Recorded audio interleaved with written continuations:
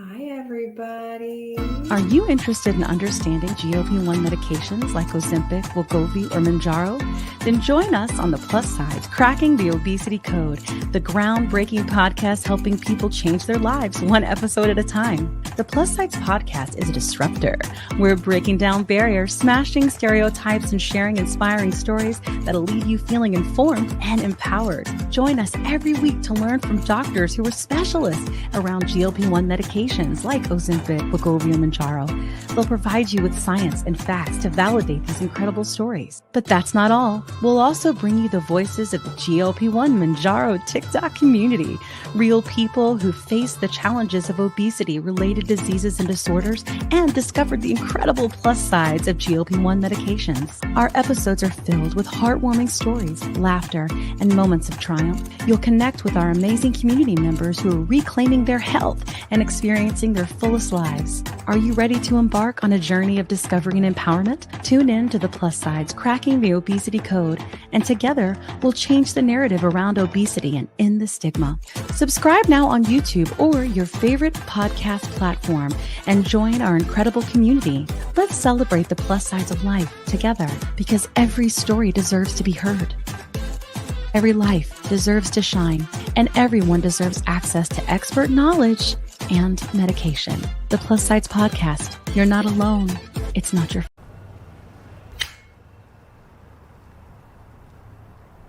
20 seconds a week to lose 20% of your weight in a year with diet and exercise. That's the power of GLP-1s through Ro. Ro helps find the medication that's right for you, based on cost, availability, and your weight loss goals. Losing weight with GLP-1s is possible through Ro.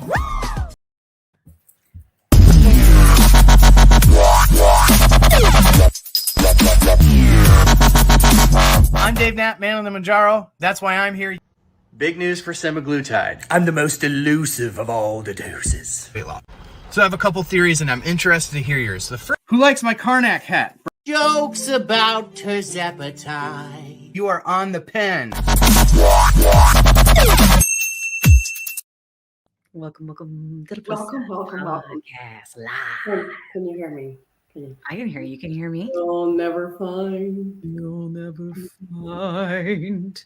I forgot to hit the go live button on IG. Oops. It's okay. We're We're ready. here now.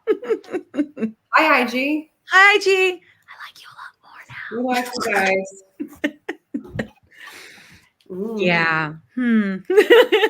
Well, you are looking especially foxy tonight, Kat. I look like, I don't know. I just woke up and basically put on a little makeup, and that's what I did. I put on that. No, new- baby, no. Did you call me? I'm live on the internet. No, I did not. Okay. Okay. Love you. Goodbye. He Bye. said you called him? He said, did you call me? Did you call me? Oh, Love you. that's cute. Everything's fine. Anyway, hey. So, you look foxy. Thanks. Back there. I'm trying that nude lippy lip. The color. Is that pop. from the nude collection? Yeah. You know, I have not had lipstick There's for no more in stock though. none. I know. We sold them None. all out that weekend. Yeah. Wow. It was good. I didn't make a lot of That's a good weekend. It was. But, I got like 100,000 views on that. I partook. You did partake. I know. Partake. I've been really weird about makeup during the whole shutdown and the pandemic. Yeah. Like for almost a year, I barely wore makeup, and then I'm starting to buy makeup again. And then I realized all of a sudden, since I've been doing more the last year, I'm like, I don't have any lipstick. Like I have none. Well, you got it. That's when I bought that kit. I was like, oh, Looks good. Mix of lipstick. So here we go. So like 90s. I don't know. It's like Oh, the color? Yeah. well, like the nudes. I mean, like people have been wearing like shades of nudes and like playing with nudes a little bit apparently like for a while now. And I haven't been on this train, so I don't know, but I thought it was just back. I was like, oh, the 90s are back. Huzzah, I was excited about it. Yeah. Or the chocolate brown lips. Chocolate brown lips. You can pull it off. Pulling. Yeah. Yeah. Anyway, hey. So we got lots of stuff to talk about tonight. Yeah. Yeah. In the a lot of friends news. out there making noise. Yeah. Hmm. Are our friends here? I know we're just like trickling in. Hey, Michael. How are you? Hi, Charlie. Good. Everybody's coming in. We're so glad to have you. We haven't done a lot of live promos lately. I need to get back on that. Okay. Yeah, we haven't. I went live earlier today, and it was just kind of. We just have a lot. It's a lot. I don't think people know like how big the podcast got, how fast it got, and like how we aren't prepared. So figuring it all out has been a bumpy. Thanks for your grace. Anyway, yeah. But we're so glad to have you. Hey, friends. Oh, I'm so glad to have you here. I hope you liked the episode we posted this week. That's a really good PCOS one. Yeah, she's a certified doctor. That's a really good one. Yeah, even John was like, "This is really good." He was editing it, So what we're gonna do for people that are new here, because we have new subscribers, probably get on YouTube, I don't know, a few hundred more a month without any kind of promotions or anything, just organically. Yeah. Quite a bit more on audio, but we still grow here pretty well. So we're glad to have you. But what we do here is we're a health and wellness podcast. We really are. We started all on a journey on GLP-1 medications to treat our obesity or type 2 diabetes. And we were just like, we need to change things. We just have to get loud. Like, we've got to do things different. And that was 18 months ago. And we got Rosie on the show. And Rosie O'Donnell came on the show and kind of blew it up, if you guys all know. And when that happened, it just grew. It grew a lot, really fast, like way faster than any podcast. Like it's different. Like you're a famous person and you start a podcast. We're just a bunch of people on TikTok. You know what I'm saying? And so that's what we did. And we've just been trying to figure it out all along. But our goal is to bring a voice to a marginalized community of people that struggle with obesity, right? And have them be able to tell their stories unfiltered and uncut. And then we like to have on doctors on our episodes when we can, hopefully, almost always, usually, but that can help validate those stories with facts, science, and data, right? Because we're trying to change things. We want to, combat all of that misinformation that's out there with education and knowledge from reputable sources. And so we're just trying to aggregate all of that in one place so people have what they need to be able to advocate for their health and on their journey. And during that journey and during that time together, Kat and I, John, and everybody else has come on and contributed to the show from a host or guest host perspective. We've learned that this was never really about weight. Weight is actually just a symptom of the disease that we have. It's always been about your full health, right? And that everything goes into that. Nutrition, movement, mental. So it's like mind, body, spirit. So we try to cover all of those things here. And honestly, we also... Wait a minute, Kim, but wait a minute. What? We don't do anything. We sit on our butts and watch TV and take a shot. Right. And what do we do? And we eat hamburgers. That's all. We eat hamburgers. We just eat hamburgers. Yeah. We watch TV all day, right? Yeah. That's what we do. I just eat hamburgers and bonbons. That's what we do. Right? Yeah. You have it all wrong, Kim. We are not living. I sent Kat and John because I saw Dave on the pen, who is the source of much of our news, posted, and we will talk about that, but it was a clip from Jillian Michaels. So we're a little salty. So we will. We will. Great timing. We will talk about that when we get to our high tea situation where we talk about GLP-1 in the news. We hope you'll hang out with us. But first, we're going to have on a community guest, my friend Cynthia from TikTok and IG. Although we hang out more on IG these days, reasons. And we're so glad to have her come on and be the guest on the show tonight and have her tell her story. So let me invite her. Oh. Hello, Cynthia. Hi. How are you? I'm so excited to be here. I really am. I'm so excited to come. Absolutely. I'm thrilled. Like, we a lot of times with the lives, because of people's schedules, like you just never know who's going to be able to come. And I'm just so thrilled that you came and could do it. And, we've connected. I've known you for a long time. You're an OG with me, I'm an OG of the GLPs. Yeah. Yep. I've been on this a while. Yeah. What like years, right? Or in that vein. What'd you say? I actually go all the way back to Victoza time. Probably 10 or 12 years ago, I was on Victoza. Gosh. Yeah. Let's hear it all. Okay, You got to hear all of it. So let's we're going to start give from you the the beginning. space. Yeah, the beginning. It's a very good place to start. Kat and I are interrupters because we have the ADHD. I'll mute. So we mute.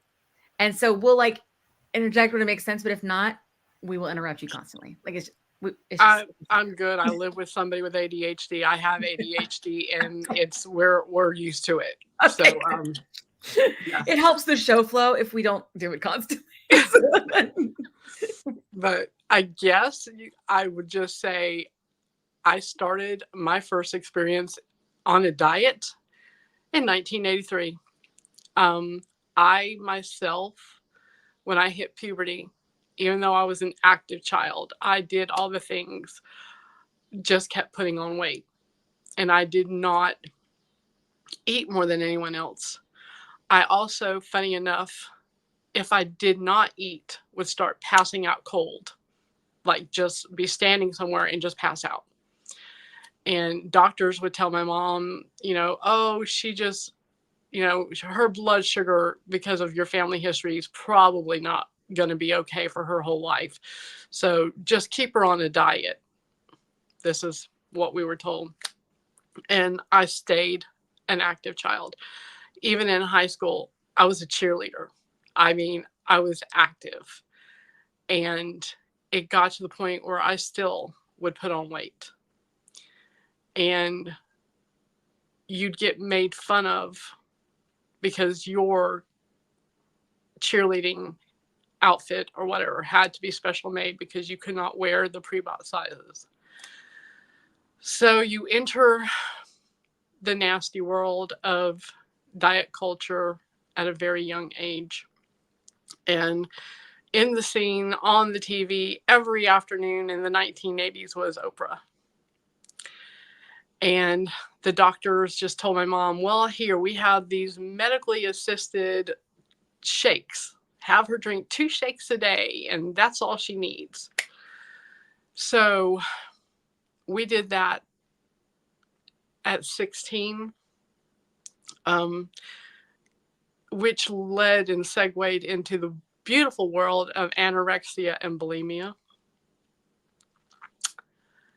And all we managed to do there is mess up our metabolism. In the time, I didn't have periods, maybe once or twice a year. The doctors at that time didn't know what to call that or what the reasoning was. So what their answer was to put me on birth control. So let's do more damage to the hormones of someone who's just gone through puberty. And all this colliding and years of being told you're not like everybody else. All you want to do is just be like everybody else.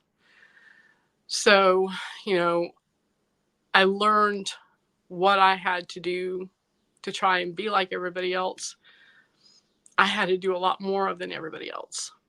So I never had this feeling I was enough.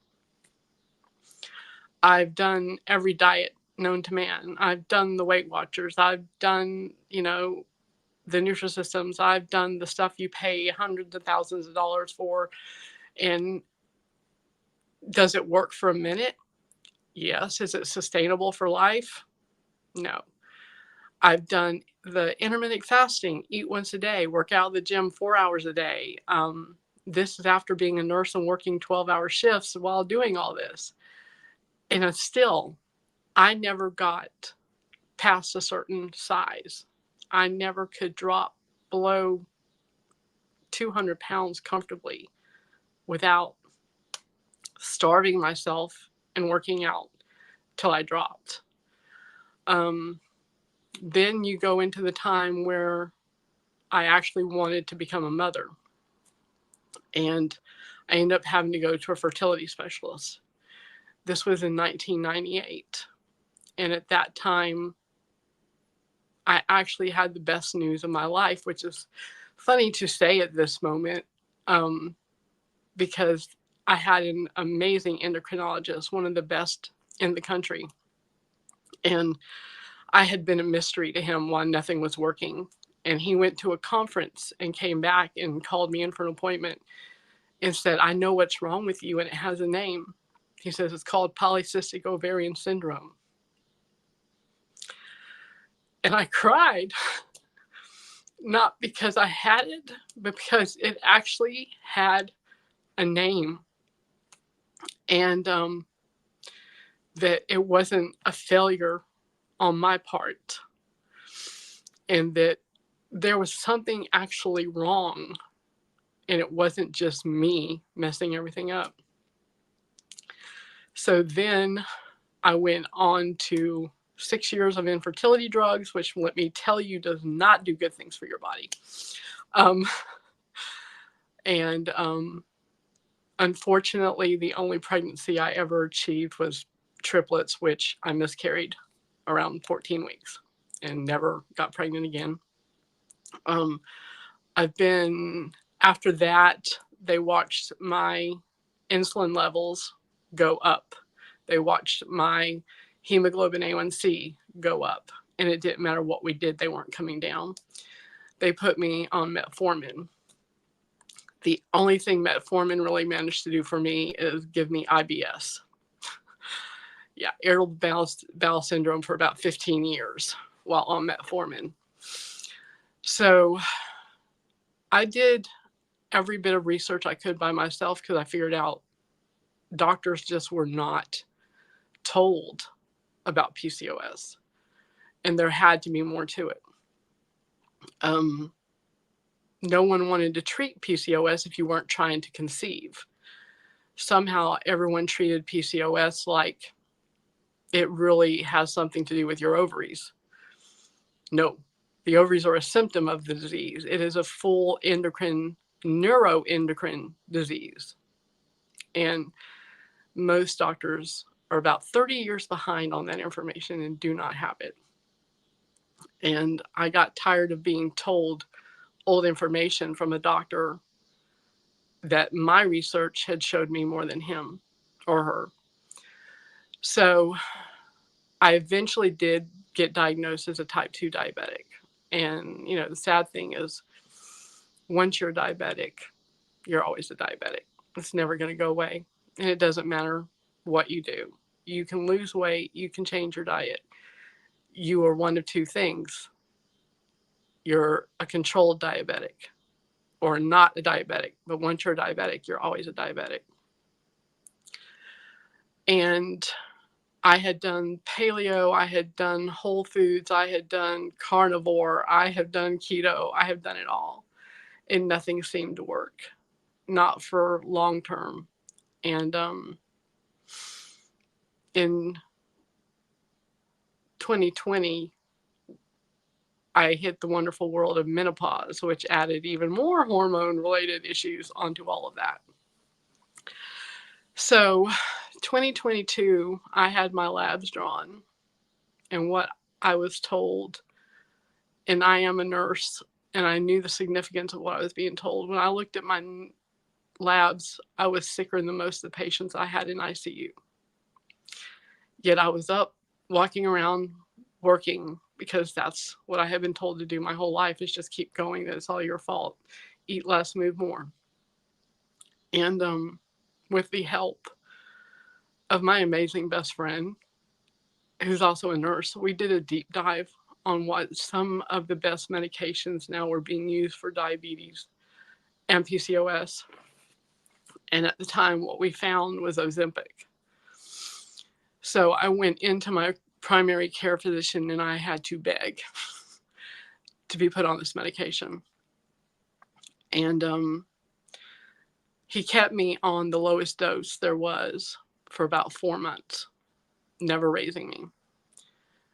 And I begged to be raised. I'm like, okay, can we just up the dose to therapeutic level?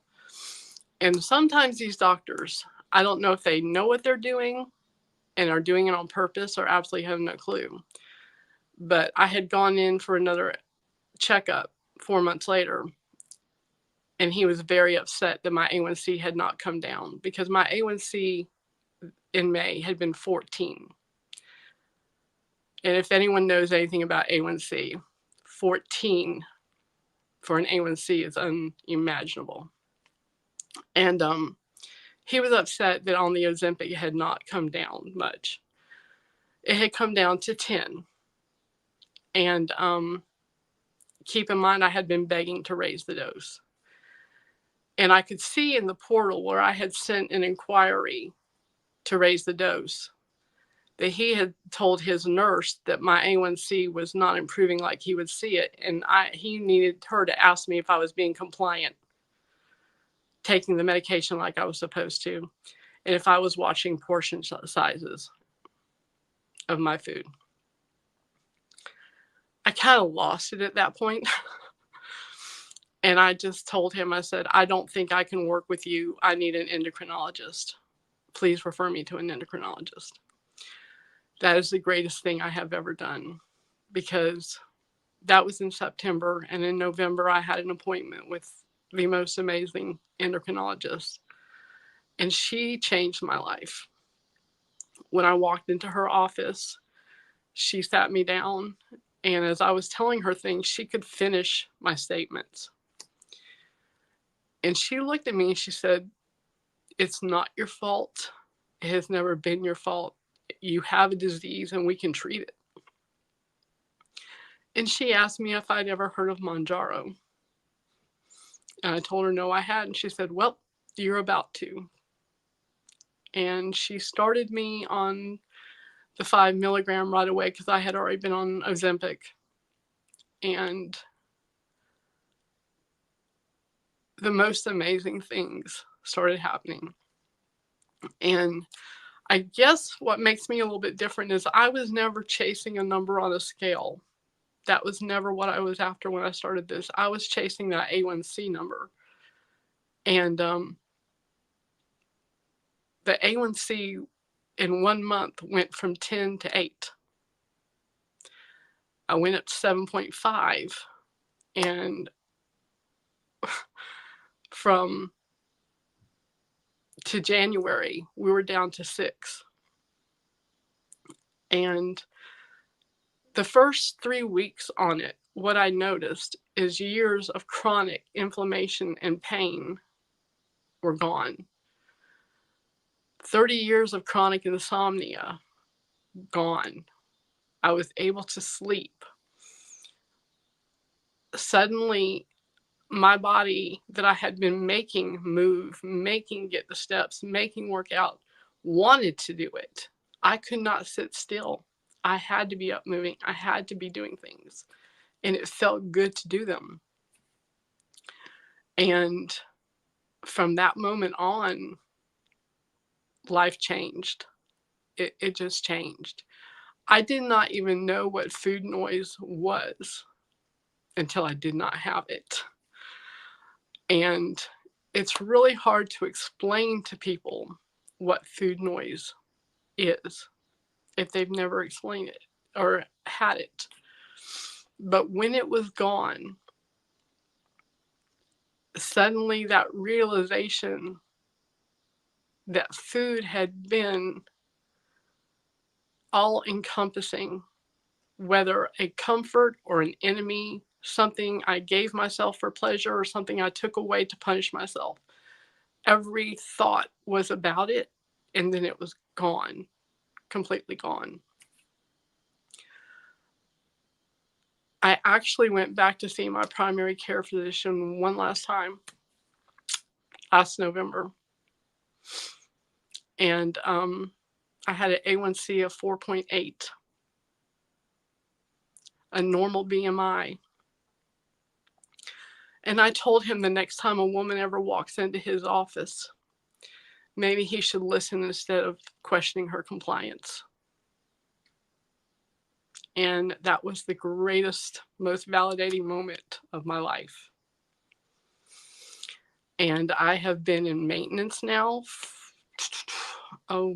probably since December. And I actually, at 54, am living a better life than I ever have. I have more confidence. I have all this ability to do things. My brain is free to do things I want to do and pursue things. And I don't have the fear I used to have. And one thing I do know about my life is things have always happened to me for a reason. And I want to help other people find ways to help themselves. And as a nurse, sometimes it can be frustrating for me because there's things I can't say to patients. I can lead them to paths, but I cannot take them to the path.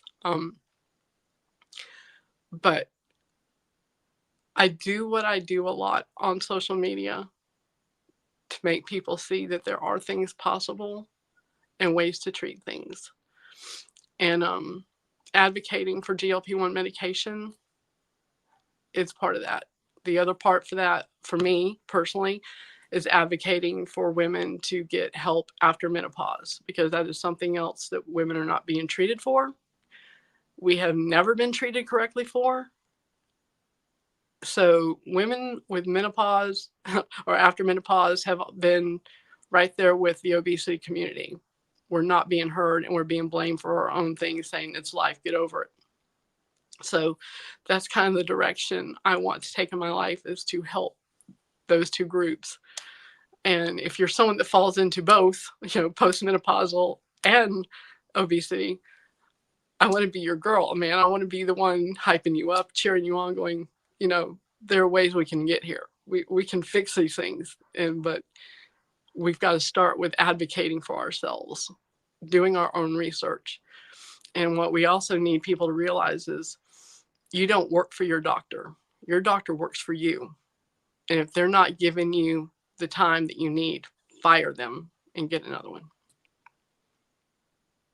So, and that's what made me who I am right now.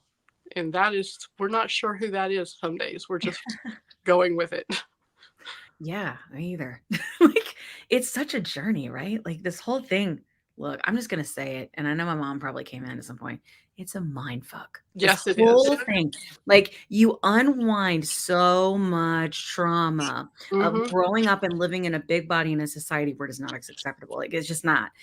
There are things about your personality that are there that you're like, are they there because I was trying to be pleasing? Are they there because that's actually who I am and what I think and what do I think and what do I feel and it's not just overnight. Like you figure it out. Like, and it's, and there are things I didn't like about myself. There's things I do. There's things even now that I feel like I'm still evolving and changing. It's just so much change. And ultimately at the same time, like, the maintenance journey. I mean, I'm not on maintenance, but like the maintenance journey, the continue of the loss journey, the stress, the going into perimenopause, the menopause, like all of those things. It's like, it's just so it's a mind fuck. It just is. Sorry, Mom, but it is. It is what it is. It's crazy. Absolutely, it is. 100%. And there's so much to unpack. Yes. And you're talking, I'm 54 years old. I've been in maintenance probably since I was 54 years old. Yeah. But I spent 40 years being trained in being that other person, and I did not know how much of her was because of the way I was treated or the thoughts I had that were related to food. And just learning who I am now. Yeah. is huge. It's really, it's huge. And I mean, then there's the whole, when you do lose weight and people start telling you look like a different person. Yeah. That's a whole another mind fuck. I mean, totally. Sorry. I went to an event with my father 2 weeks ago. And people I have known for 10 years were walking up introducing themselves to me because they hadn't seen me in 2 years. Oh, wow. And my uncle stood next to my mother and me for 30 minutes, at some point asked who I was. Oh my gosh. What? And later that night, me and my husband went out with some friends and just happened to run into other people that I haven't seen in about 5 years. I spoke to them and there was just nothing. They had no idea who I was. No clue who I was. And I'm like, okay, so if people do not understand body dysmorphia, if other people don't recognize me, how am I expected to recognize me? Yeah. Yes. And that's just the physical they're not recognizing. I've got to deal with the whole emotional, mental, spiritual, and physical changes that happen when a disease, an actual disease in your body is fixed. And everything from the inside out changes. You know, gut health changed, inflammation changed, mind, how I think changed. Yeah. And one medication did that. Right. Amazing. That was a big thing for me too, Cynthia. Like, I remember, like, I made this video, like kind of early into the journey, like maybe I want to say like 4 months or something. And I was talking about how I was telling my therapist about it. And it was hard for me to like explain to her what this had meant and been for me here, right? And she was excited. It was such a great experience because she was like, "Oh my God, that's so great!" Like, you know, as opposed to being like, "Well, maybe we have inner work to do," which could have gone another direction, right? And it wasn't like that. It was a very positive experience. But I remember like oversimplifying for her, like, I'm oversimplifying this, but if I took a hormone to regulate my gut and everything that had been wrong in terms of the biggest things had all of a sudden been fixed, then of course it wasn't my fault. Do you know what I mean? Like that piece, that was the process. That was the path to healing, that being to forgive yourself for like how much you've told yourself you're the bad thing, like you're the problem, you know? And I think you have to forgive everyone else also, because there comes a point a point of anger when you do realize it was never my fault. Yes. But you know, people were looking at you like it was. Yes. Then after that, you mourn the life you could have had. Yeah. So true. And I have chose, rather than to stay stuck in that, what I could have had, to take what time I have and consider myself blessed at this second chance. Totally. And to live as loudly and vibrantly and annoyingly and obnoxiously as I possibly can, because I was always the one never to cause a ruckus. I was always the one to just do anything to avoid conflict. Well, I am not that person anymore. Yeah. I am a little bit, no, I'm not a little bit. I've become sassy. I remember watching you become sassy. Like, that's how long we've been following each other. Like, I remember watching you come into the sass. And you know, people actually blame the haircut for the sass, because it was long. Yeah. It was I have had long hair my whole life. Yeah. And as someone who was heavy, I hid behind the hair. The hair was the one thing I had, you know, I always hid behind the hair. Yeah. And when the hair came off, it was like, at that point, the feisty and the sassy came right on out with it. Yeah. And I've had some conversations with people about boundaries and what I'm okay with and what I'm not okay with.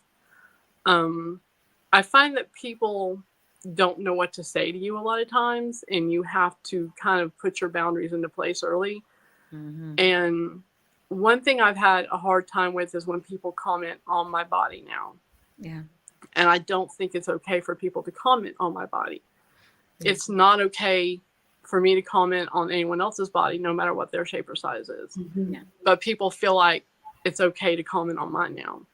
Whether it's oh, you're too thin, or you've lost a whole person, or comments like that. Yeah. You know, can't you just say you look good? Like, can't you say you look good? The comment, well, look at you, you've lost a whole person. It's like, yeah, I did. I lost me, and I'm still trying to find out what that means now. And it's, you know, you would not walk up to someone on the street that's obese and make a comment about their body. No. So why is it okay to make a comment? But yeah, for the most part, you know, but why is it okay for someone now to make a comment about my size? It's not. Agreed, 100%. Yep. Yeah.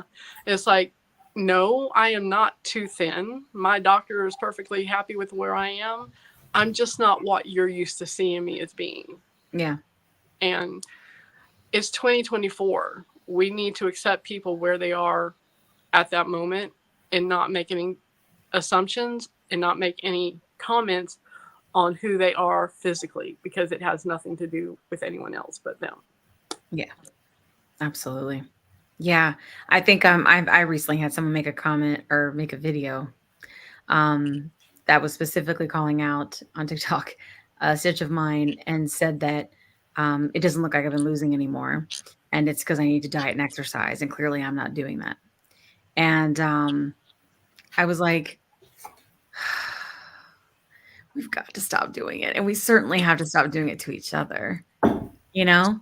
Yeah. Like, I think if there's anything we've learned from having obesities, it's very complicated and it's way bigger than eat less, move more, right? It's a combination of all those things. Yeah. You know? I mean, I am different from most people because I am still and will always be a very brittle diabetic. My eating choices will always have to be different than someone else. Yeah. I know this. I wore a CGM for 4 years. I know what I can and can't eat. Yeah. So I will never in this community be giving out diet advice to anybody. Yeah. Other than find out what works for you. That is because what we have learned through all these years of diet culture is if it's not sustainable, it's not going to work. 100%. This is the only, it's one constant, right? Yeah. It has to be sustainable for you and your life. Yeah. The one thing I have that I would consider a side effect, because I don't have any other side effects from GLP-1s. I mean, I've never had any. Yeah. The only thing I might consider a side effect is I developed food aversions to specific foods. And funny enough, there were foods that were almost considered addictions. Interesting. Which ones? Okay, y'all don't get your feelings hurt, because when I say this one, people just like gasp. Better not be cheese. That is one of them. But Okay.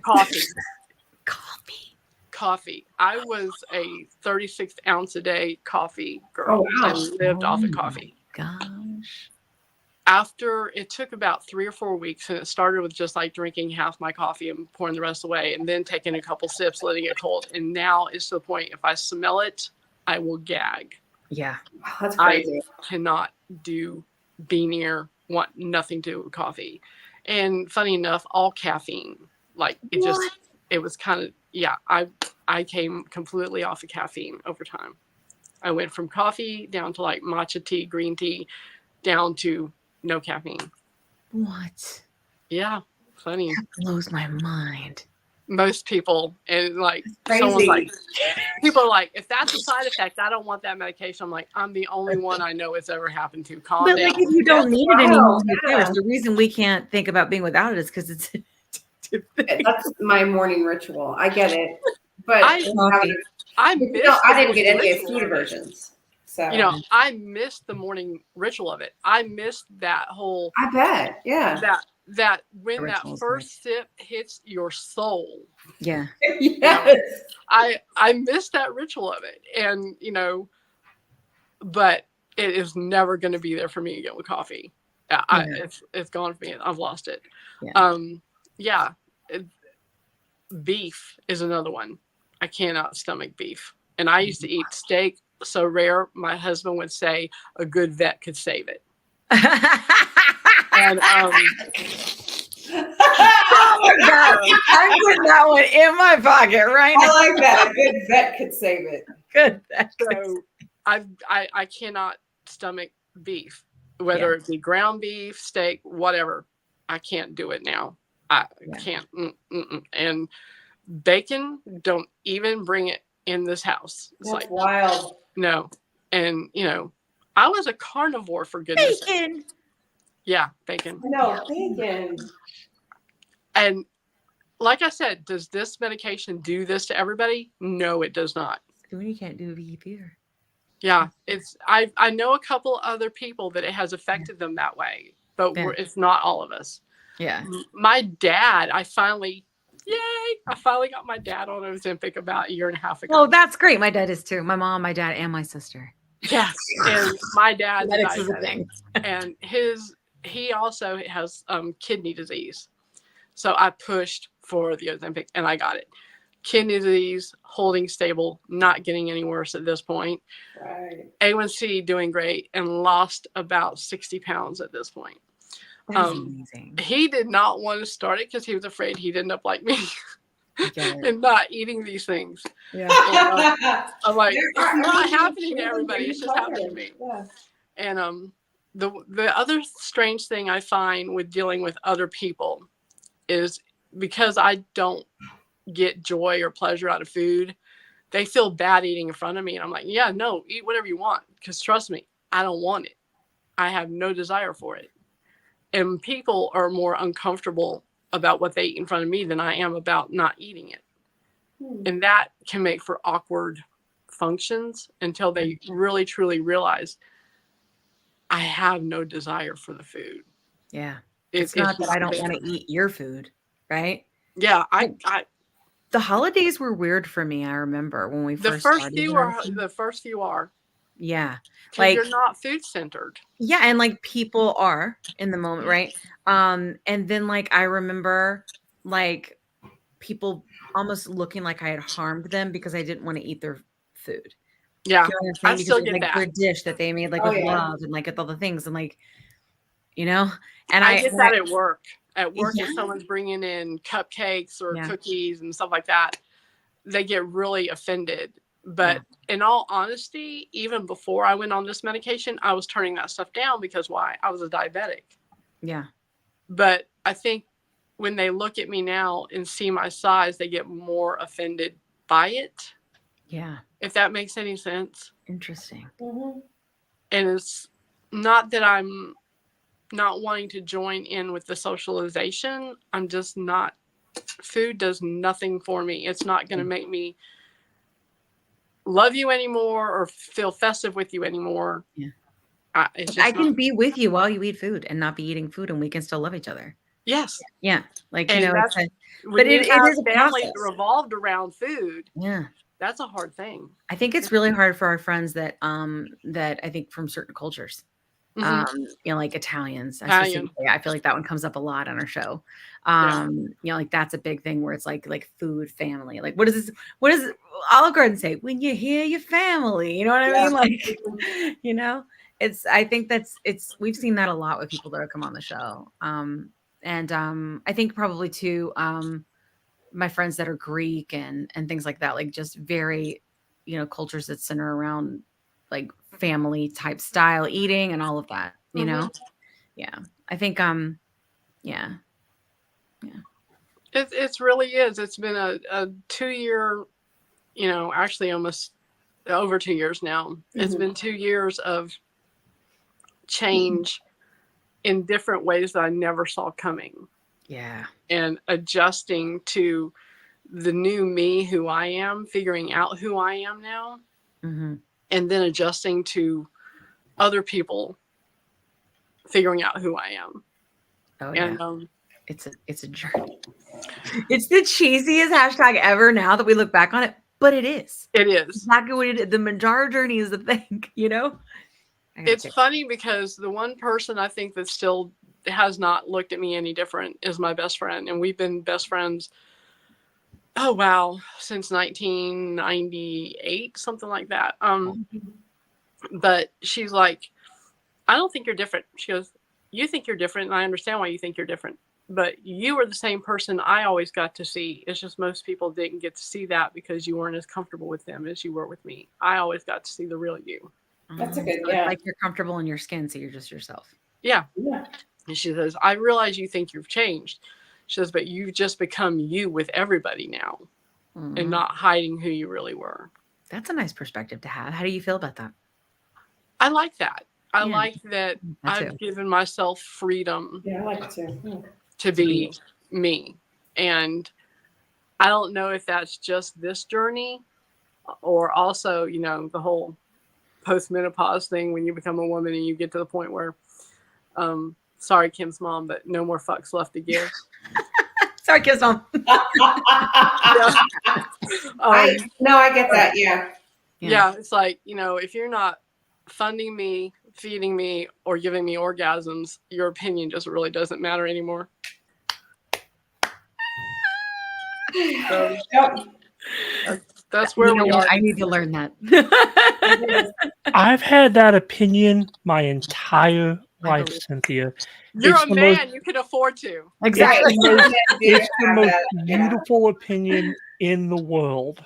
Uh-huh. It's great. It's wonderful. But she's right. You're a man and you're also a large man. So you can also have that opinion with other men. But I'm also autistic and I don't understand any social graces. So I had to learn that thing way earlier than anybody else. Okay. Good talk. But I we're a neurospicy family. Yeah. I come from a neurospicy family. You do? I understand it. Yes. Yeah. We are in this household. We are very neurospicy. I always tell people, I'm like, it's very special and vibrant, but it is complicated. Like, it's just complicated. I feel like a lot of my answers are like, I can't do that because of this thing. And people are like, what? And I'm like, it's complicated. It's like, my life is different. And how we choose to do stimulation so that we can handle the stimulation throughout the week and all of that for my husband and my son and myself, right? It's just, it's a balance. And, like have you heard of the spoon theory? I love the spoon theory. So the whole idea, we learned about it. It's a lot of people use it who have like other chronic diseases. So like, any other chronic disease really, but like people have fibromyalgia and things like that. But it's the whole idea that you start your day with a certain amount of spoons, right? And throughout the day, whatever task that you do, it may cost you 1 spoon because it's not that big of a deal to you, or it may cost you 5 spoons, And so, but how you divvy out your spoons, like that's all up to you, and you have to manage your spoons because at the end of the day, when you're out of spoons, you're out. And that's when like meltdowns happen. And then your week is all thrown off because the day was off. And people don't understand that because a lot of people, I'd say most people who aren't neurospicy have a lot of spoons, There's so many spoons to pull from. That's why they can cope and deal and white knuckle and all these different things that other people can't do as much. Like my son, he tells me he has to put on his deodorant in the morning and brush his teeth. Brushing his teeth costs him so many spoons. And he's like, but he has to do it. So we have to find a way to get around it so that he can gain spoons throughout the day by doing other things that give him more spoons back, that give him energy, right? Whether that's, exercise and listening to music, dancing, playing on the playground, like whatever it is, right? And so it's kind of a way that we talk to each other and how I kind of explain like my capacity. Like I don't have anything left in me. You know what I mean? I understand that completely because right now I'm trying to plan a vacation for the first week in October and I've got spoons going out every day and the vacation hasn't got here just for the idea of that I have to go on this vacation. My spoons are half empty just doing that. Facts. She takes me on vacation and if it's not the exact same place, the exact same, it doesn't have to be the same room, but same building. Otherwise, I'm a nervous wreck for weeks before we go. Yeah. And then I am completely out of kilter for at least a week after we get back. Yeah, I'm going somewhere I've never been. Ever. Oh, my God. Oh, that's awful. I mean, great. To meet people I've never met. So, yeah, I'm already. So. But there are people in this world that are like stoked about that. They're like, I'm going somewhere I've never been, and the people I've never met, and I'm like, ew. Yeah, I'm worse now than I used to be because I work from home 4 days a week. I go to the office 1 day a week, and honestly, I go to the office that 1 day a week because it's better for my mental health to actually have to go be around people. Yeah. Otherwise, I have my groceries delivered. And I don't people at all. I get my groceries delivered too. Yeah, I don't people. Wow. And I want to go ahead, if you guys don't mind, and give a shameless plug to the group that really has kept me going during this journey. And that is the amazing group of ladies at Movement Motivation. Yes. And I was asked a year ago to join Movement Motivation. And if no one knows what they are, they're on TikTok. We have it on Instagram. We have it on Facebook. And we use the Gym Rats app every month and start a challenge. I don't like that it's a challenge, but that's what Gym Rats does to it. It's more about community. We're there to encourage and cheer each other on. And we don't care who's in the lead. We don't care what's at the bottom. We say, do what you can, how you can. We don't care if you're doing chair exercises, if you're walking to your mailbox and back, if you're walking around your kitchen table to get steps. We just are encouraging movement. Is this a TikTok group? It's on TikTok. We're on Instagram and Facebook. It's just called Movement Motivation. Movement Motivation 5 is how it shows up. And yeah, you would like a catch.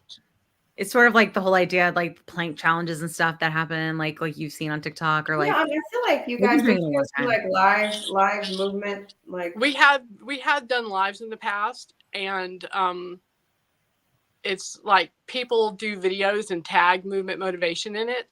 Yeah, and everyone logs their exercise for the day in the Gym Rats app, so you can see your progress. That's just a way for you individually to see your progress. Yeah.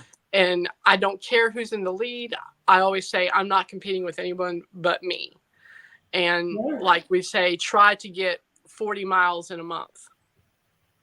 Or, do 20, 30 minutes of exercise 3 times a week. Because you can either do it for minutes or miles or both if you want to. Because you can log into both.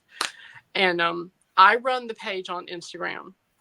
Love so it. I always encourage everyone, if you're doing any activity, if you're doing a walk outside and you want to record it, go ahead, tag Movement Motivation, and we will put you in our stories and we will celebrate you. Oh, I love that. Because on this journey, when you discover that your body is no longer working against you, your inflammation has gone down, the pain is gone, and all of a sudden you feel the need to get up and walk and move. Something wonderful happens. It happens. And then, like I said, I am in this world of menopausal women where strength training and moving is so important to maintain skeletal muscle and to keep us from falling apart and breaking hips. Yes. It's detrimental to women if we stop moving. Yeah, I agree. Yeah. And loss of estrogen starts a process in the body in women that has only really been recognized in the last 30 years, that our bodies will start shutting down. We have to move. We have to do some kind of resistance training, strength training, something to keep our skeletal muscle and our bones strong. Because when we start losing estrogen, all that stuff will start going down. Yeah. And I don't know about the rest of you, but I don't feel old at 54. Yeah. I feel better at 54 than I did at 35 because I'm not miserable anymore. And I plan on having some fun and being the one who's causing all the trouble as an old lady. I love that. You're going out and you're taking those chances. I feel like I've been moving a lot lately. And it's like, I see you doing it. I see you just getting out and wanting to walk. And I'm like, I'm just like, I'm going out for a walk. Like, I just do it. And I do tech breaks. Like I'm like, I know this, and I've noticed. This is why I told you to come join us over there and just join us. I'm going to join Kim. You're going to join Kim? So I need to do more strength training. I do it like twice a week, but these last 2 weeks, I really haven't. I've just been doing my cycle. It helps my anxiety. I will say that. It does. It's been amazing to watch too. Yeah. I bet it has been. As someone who is living with her and watches the effect of it does, how it affects your brain. Yeah. I can tell you when I do my exercising, if I'm having a really bad day at work and work is just overwhelming, if I walk away from that computer and do my hoop for like 15 minutes, I'm a brand new person. Yeah. I am a brand new person. I can face whatever is going on after hooping for 15 minutes. It was a nap in the truck. If I had it's a little off topic, honey, but okay. If I have had a week that kills me, like this weekend, come hell or high water, I'm going for a hike in the mountains. I don't care what happens. And I did it this past piece of heaven right there. Oh, where I live, when I live right in between two mountain ranges in Tennessee. I am between Cumberland and Smokies. I can drive short distance in either direction and be in a mountain for the whole day. And that is my love. That is my peace. That is what gives me sanctuary in my soul and makes me easier for other people to deal with. Yeah. So that is what gives me joy. And movement motivation keeps me going when I don't feel like it. And July and August were not good movement months for me. I had some serious mental things going on in those 2 months. And the women that participate in movement motivation inspired me so much and were there for me every day. And when I picked it back up in September, they were applauding me. They were cheering me on. They were all just like, "You've got this. There she is. There's our girl." And I could feel it. And it is the most amazing community to just give inspiration and hope when you're not feeling like yourself. It's like, you know what? Just 5-minute walk. Get that 5-minute walk. You don't need to do more than you're capable of. If you're just starting your journey and you cannot do more than a 5-minute walk, do your 5-minute walk. Yeah. Turn on a YouTube video of indoor walking. Walk in place. Do what you can, where you can, and just try to do a little bit better every day. And that's what movement motivation is all about. Yeah, I like that. I mean, when I first started on this journey, I mean, I was 110 pounds bigger, and I had just hurt my back, and I had to have radio frequency ablation, and it was really, really awful. And I was just starting to get moving again. And I remember I was like, "There's no way I'm gonna like diet culture this and like run into like." I hated gyms anyway, but like, well, I'm going to do this. I'm going to get my workout outfit. I'm going to, I'm like, I was like, I'm not going to do it. So all I did was just keep up with my laundry, keep up with my dishes. I was like, I'm not going to let them pile up. I'm not going to. That's workout. It was. Yeah. And honestly, I have this thing now where I'll go, I have to get away from technology. And even though I really hate cleaning, I'll put my phone down. I don't even listen to music or anything. And I just clean my kitchen. Like, do all the dishes, put them away, sweet. Like I'll just clean the crap. I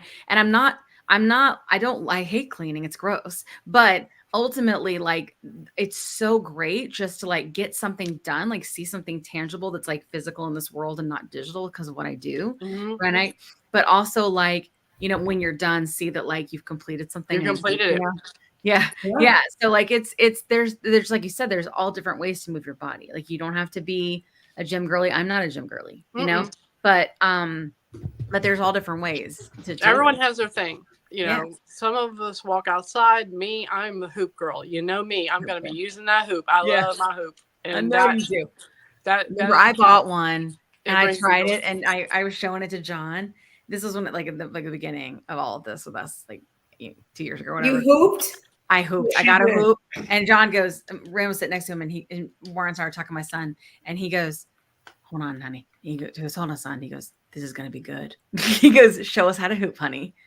I can't do it. I bet you can. Someone told me try side to side. I don't know. You're trying the wrong technique. Probably. I could get you there. No, it is not like a hula hoop. We're not going to do that. No, it didn't work. John was like, "This is going to be good."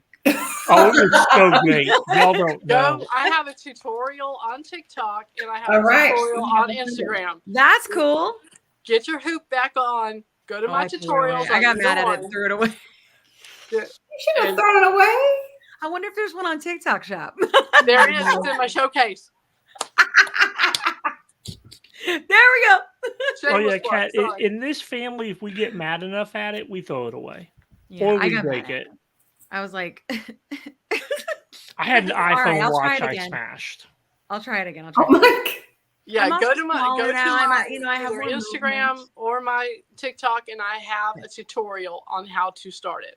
Nice. Okay. And I bought my 75-year-old mother one, Kim, and she can do it. Okay. Okay, I'm telling you. Anyone can do it. I'll try it. I'll do it. Okay, I'll do it. Oh no. And yes, Kat, find us on. I did. I'm looking at yours. Yeah. And I both like IG a lot these days. Yeah, in the Gym Rats app, the codes. If you can't find them, I can send them to you also to get into this month's challenge. Oh yeah, I see on the TikTok page they have the codes. Yay! Right there. Okay, great, cool. So, yeah, Cynthia, we are only I think 2 hours from the Blue Ridge Mountains, and then you're in Atlanta, so we can't count hours. We have to count traffic. Oh yeah, sure. Agreed. Because I can't hours. I don't. I don't play with traffic. Well, we're North Atlanta. Yeah, like, yeah. All right, that's better. You're way north. If you're North Atlanta, the only traffic, shut up, Marietta. The only real traffic is Chattanooga. But yeah, no, you're not far from me at all. Yeah, because my best friend is in Middle Georgia, and technically it should only be in about 5.5 hours to get to her. But then there's Atlanta. But then there's which should be 2.5 hours all by itself. Oh yeah, depending upon which end of Atlanta you like go into. Yeah. Oh God, I hate. And I have been driving through Atlanta long enough to know how to do it. You get angry before you get there. You get in the middle lane or the HOV if you can get away with it, and you put the pedal to the metal and you don't look back. You go. Just got to get through it. My husband does not want to drive through it, and he holds on to the handles the whole time I'm driving through it, just going. It's just so much of your life like spent in the car. I take a nap when I let him drive, and I take a nap. Yeah, I can't. I don't you guys are actually. I'll sell pictures of my feet before I commute into it. If you ever want to come up and do some beautiful hikes that are not that hard, just nature walks. I've been moving up to that. That's the next thing. We went to up here, and did you see where we went to the caves? Did you see the video where we went to the caves? I did. Yeah, and that was she cool. did really good. I was so proud of her. The caves are hard. They really are. There's a lot of. It was very wet. The wet was hard because it was slippery, right? You didn't really have much grip. I needed better shoes. Yeah. But we went down there to swim though. Like I should have prepared you for it a little bit better. Okay. But I didn't know how cavey it was gonna be. It was baby stuff. I did great. I mean, that's fine. It's a little short thing, so I didn't know like how cavey it would be because like I grew up out in the country, and one of my favorite places to go to. Was this cave that was back off of a diabetic camp. Ended up buying it, but it was this cave back off of it, back on the back of the property. Camp. Yeah, diabetic camp actually bought the land for a really pretty. A diabetic camp. Yeah, to put a diabetic camp. They made a camp out there, so they had cabins. They had like for kids that have diabetes. For kids that had. I guess for summer camp, so they can go and have all the. So it's a safer environment for them to go to camp because there's people it's like that having autism camp or something like that. It's like and we would just me and my cousins would just sneak on the back half of the land and go to the cave because it was just so much fun to go in there because you'd see graffiti back in there from the 1800s and even a little bit further back. It's just a really fun thing to go through. Like I would never take you right now to that cave. No. Getting there would be a nightmare for you. But in another 6 months or so, maybe I'd probably we'll see. But yeah, baby steps. I like literally right now. I just challenge myself every day to try to do one more circle when I go down to the cul-de-sac. Like and that's perfect. That's like you know what I mean. I'm like perfect. Just one more. Yeah, I'm like that's It's something. I have to tell you, the video you made about taking your son to the water park. Yeah. I was crying. Yeah. It was a great day. That one hit so hard because I recognize those emotions. I have felt those emotions. Yeah. And there are so many things out there that people take for granted that when you have lived in a larger body, you can't do. Yeah. And the day you have the realization that not only can you do it, but you can do it and be there for your child. Yes. That's huge. Yeah. It was about 7 years ago when she decided that she wanted to do that. We were down in Florida and we were driving past. There's this big old water park off on the right-hand side and going into Daytona. And our son would always ask us if we could go. And at the time, both of us were sore. And like the idea of trying to keep up with him at that water park, it was just a nightmare. So we'd always come up with a reason why we couldn't do it. And there's one day we were just driving by it, and she just looked at me. She said, "Baby, we're going to do that." She said, "One day we are going to do that." She said, "I don't know when, but we're going to do it. That's my bucket list, and swimming with the dolphins." And you did both? I did both. And she did both of them. Awesome. And I couldn't have been prouder in both of those moments. And just think, 3 years ago, you weren't able to do that. Think a year from now what you'll be doing, Kim. Yeah, right. Like the journey is just the most amazing thing to happen. And it doesn't matter how young or how old you are when you start the journey. The things that other people take for granted that you get to do for the first time. Yeah. It's a rebirth. Yeah. It's just all of a sudden I am more thankful for life than I ever have been.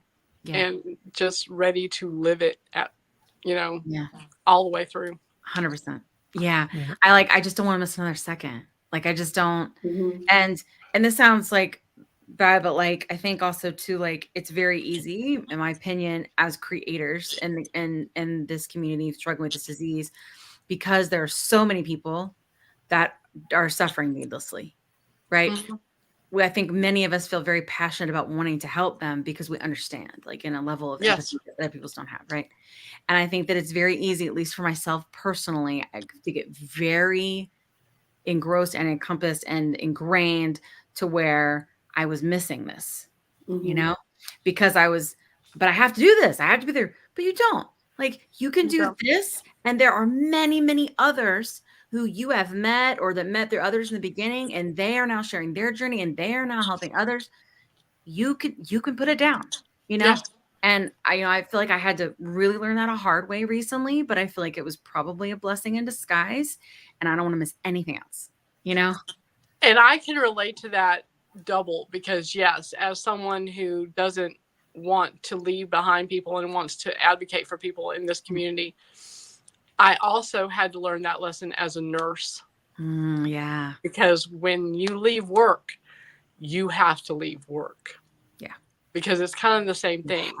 If you get sucked into people's lives where you work, and it's very easy to in my profession, you've got to learn to turn it off, to stop working, and to enjoy and live your life, because this is what we fought for. Yeah, absolutely.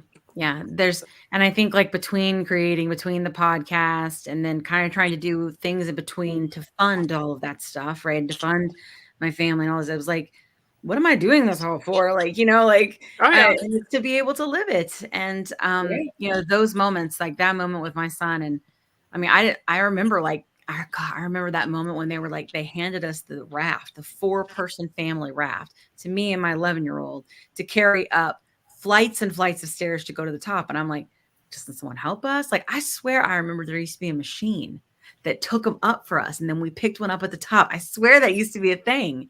And that's not there anymore. And I was like, I looked at him and I was like, I got to do it. Like I looked at his little face and I was just like, let's do it. And we grabbed that big old thing and we pulled it up, and it was so cool. And like all he was like, I was like, all right, next time we have to do this, next time we that. And I was like, oh, and there's a next time. Like that's so cool that like I have next times ahead of me, Absolutely. And that's what we're doing it all for. We're doing it for health. We're doing it for those non-scale victories. We're doing it for all of those moments. It's not even the next time that's going to be awesome, Kim. It's the first time you do something else. Yeah. Think of all the first times you have coming. Yeah, a lot. I mean, yeah, next times are nice, but you have so many more first times coming. And fall is coming. It's the perfect time for hikes, junior hikes. Absolutely.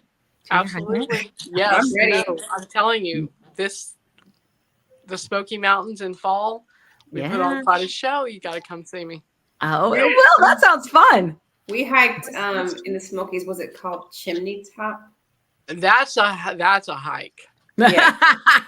Cynthia says that's a hike and says it that way. No, I was a little bamboozled because I'd always done Kennesaw Mountain, and I did. I had a friend I worked with. Her family had a cabin in the Smokies, so we stayed. It was a cute little cabin. And she's like, "Well, you do Kennesaw Mountain, so you can handle Chimney Rock." Girl, no, it took all day to get up there. And she's like, "We're almost there every time. We're almost there." I was like, I was not prepared. I told her, like, had I known it would have taken 3 hours to get up there, yeah, I'd have been okay. All right, I just had a realization we have to do bean footage. And we got so enthralled. We have to do tea because I can't wait to hear what Cynthia says about this. Okay. All right, let's do the footage here. Sure. I can't wait. Okay, here we go. Okay. Food has definitely been a very dominant voice in my head. That's not the main focus anymore. Dieting, exercising, and adding GLP-1s through Row is a game changer. I have such a sense of mental freedom since I started with Row. Food no longer controls my thoughts. Family time used to revolve around food, and now it revolves around what we're gonna go do together. I love that. All right. Okay, so let's do tea. We need tea time. I'll get the tea. Where's the clip? It's in the bottom. Is it there? Can you help me out, John? I'll help you. Yep, I'm looking.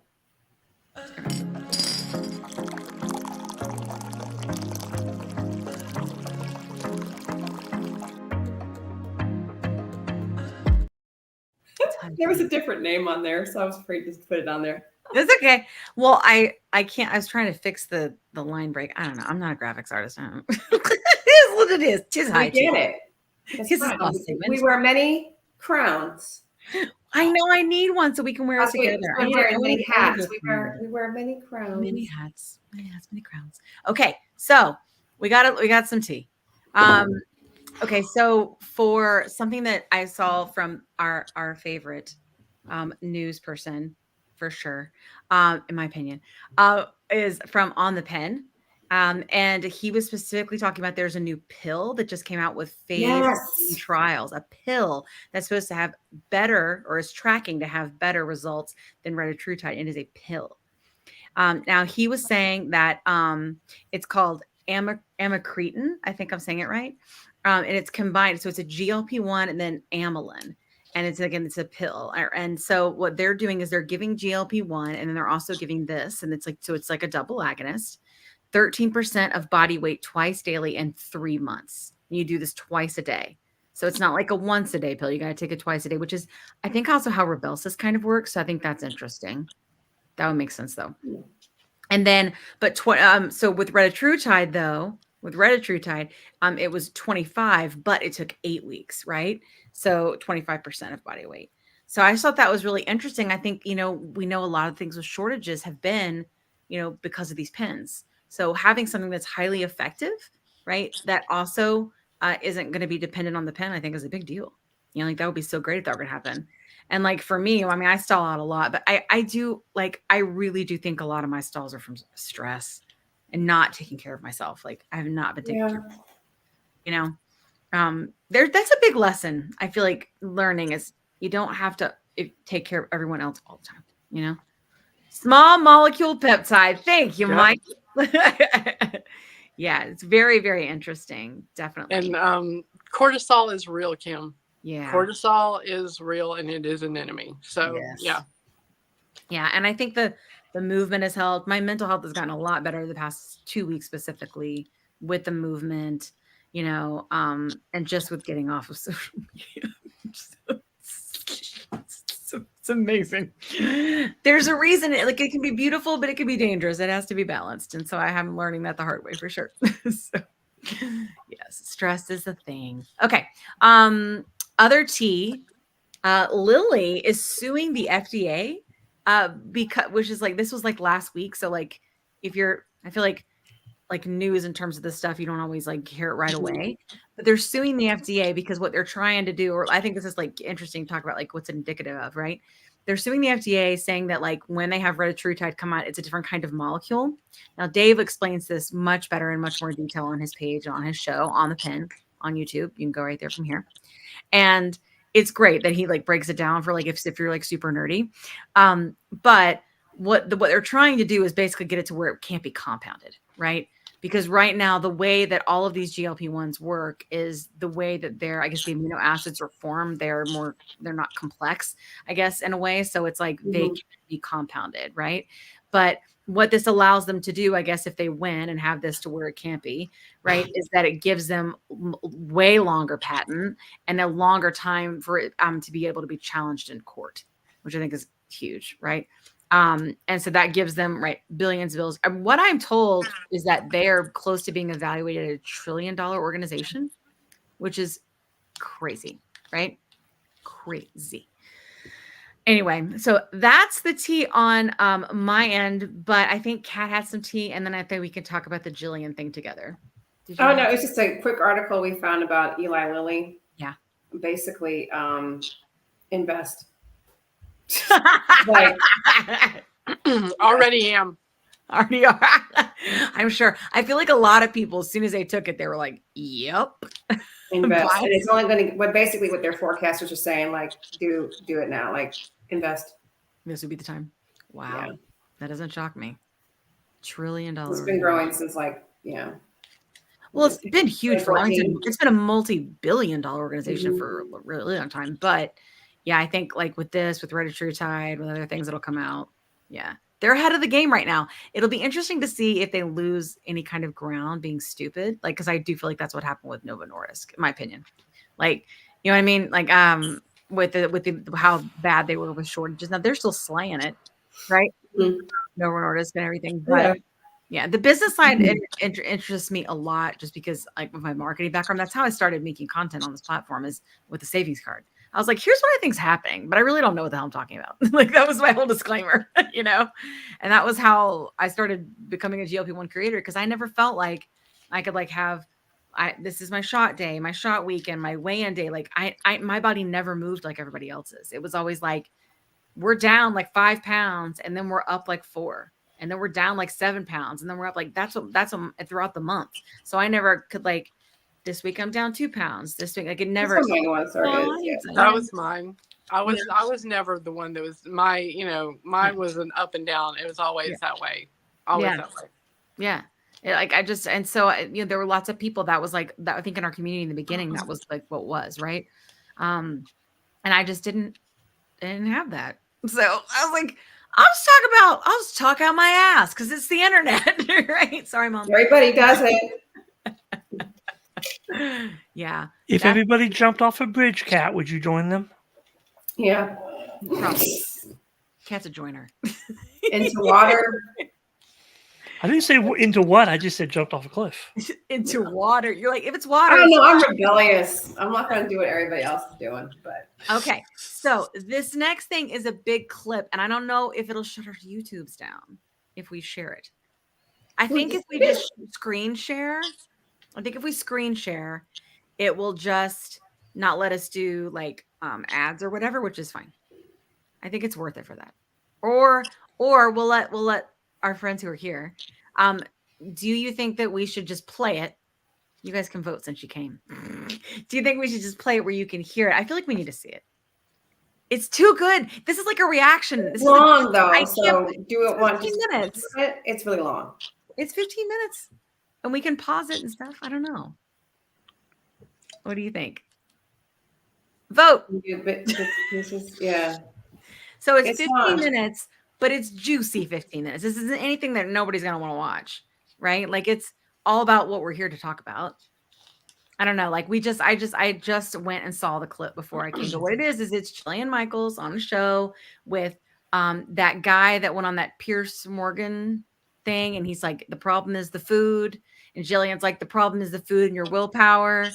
And then a doctor from TikTok, who's actually has like a weight management platform or whatever that he does, but he just sells compound. And then another doctor who has another weight management platform, but she's not on TikTok. I don't know her. But she was great. She said lots of good, smart things and argued with Jillian. I mean, that's what it is. It's like this big argument about what we're talking about. You guys want to watch? If we get bumped. I feel like if we just screen share, it would be good stuff. What do you think?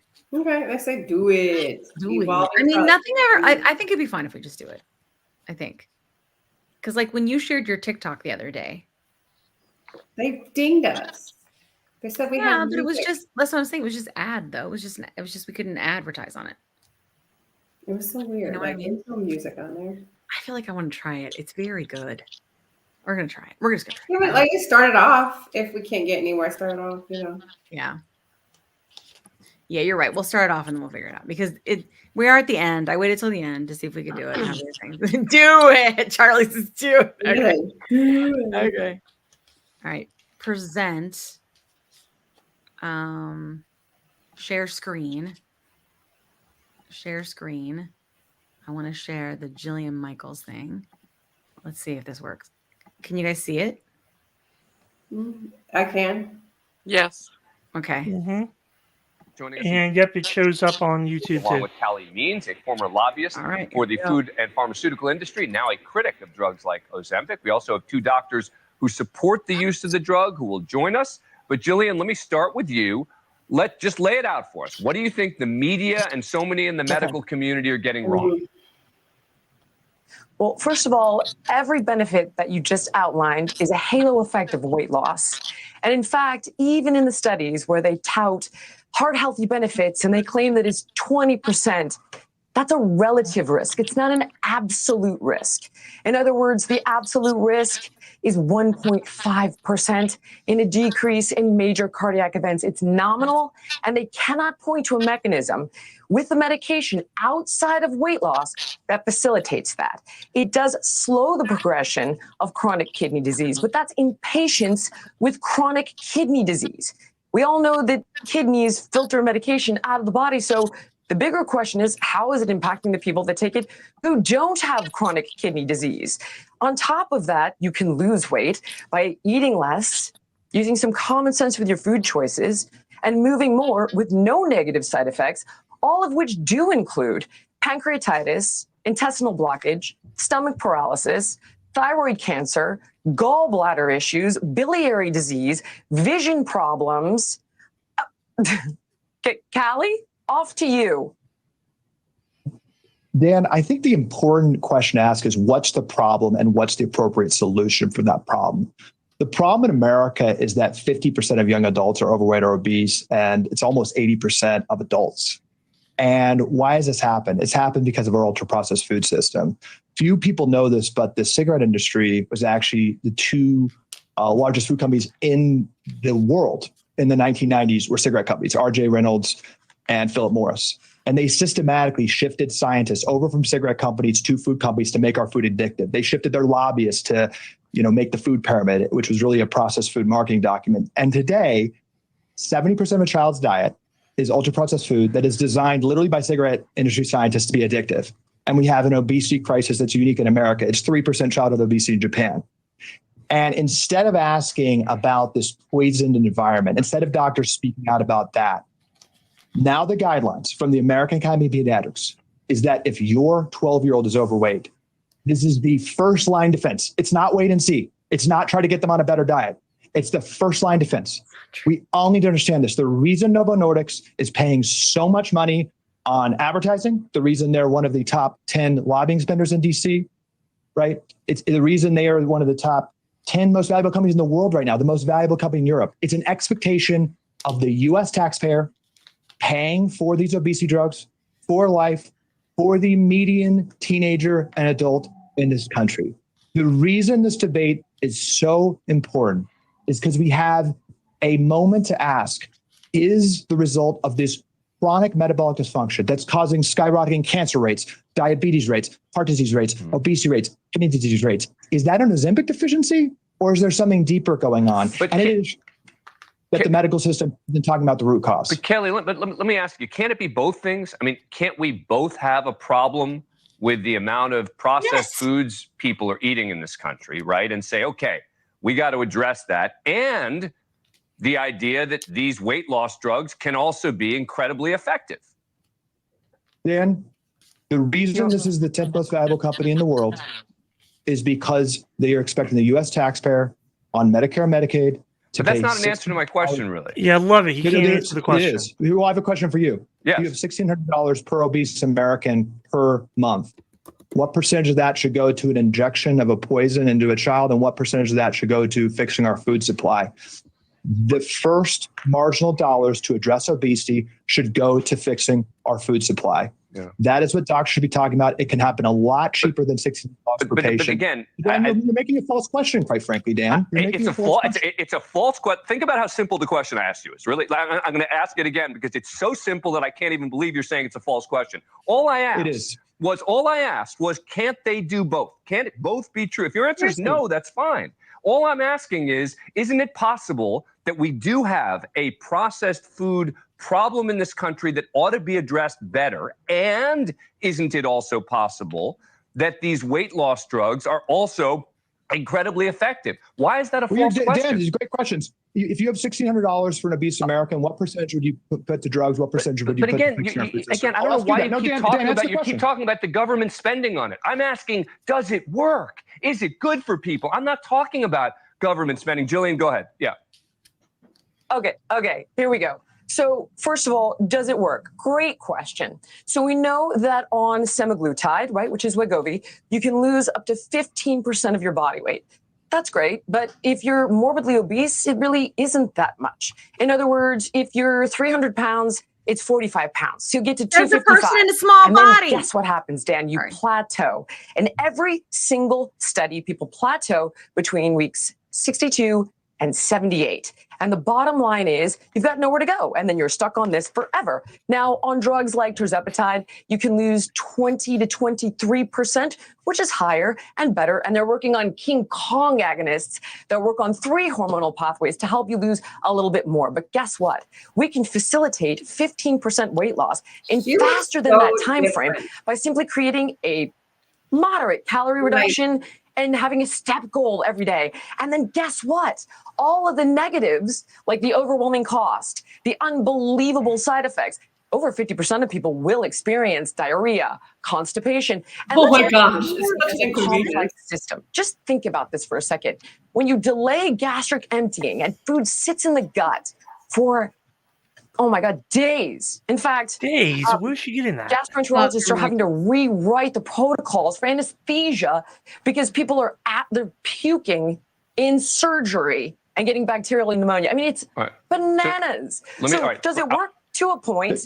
Hang on. I want to bring in Dr. Sue Dakotas, a medical weight loss physician in New York, and Dr. Jonathan Kaplan. He's a board-certified plastic surgeon in San Francisco. He's the CEO and founder of weight management platform Build My Health. Doctor, you've been sitting here, Dr. Dakota, shaking your head. Let me at least give you a chance, because as I said to Jillian, as she was, talking to me, regaling me with all these studies, which she knows about, I don't. I'm not an expert in this area. You were shaking your head. No, Why? she is either. Well, I am a board-certified weight loss specialist, and I was practicing internal medicine for many years before I did weight loss medicine. And I was so frustrated with the fact that patients couldn't take weight off no matter what they did.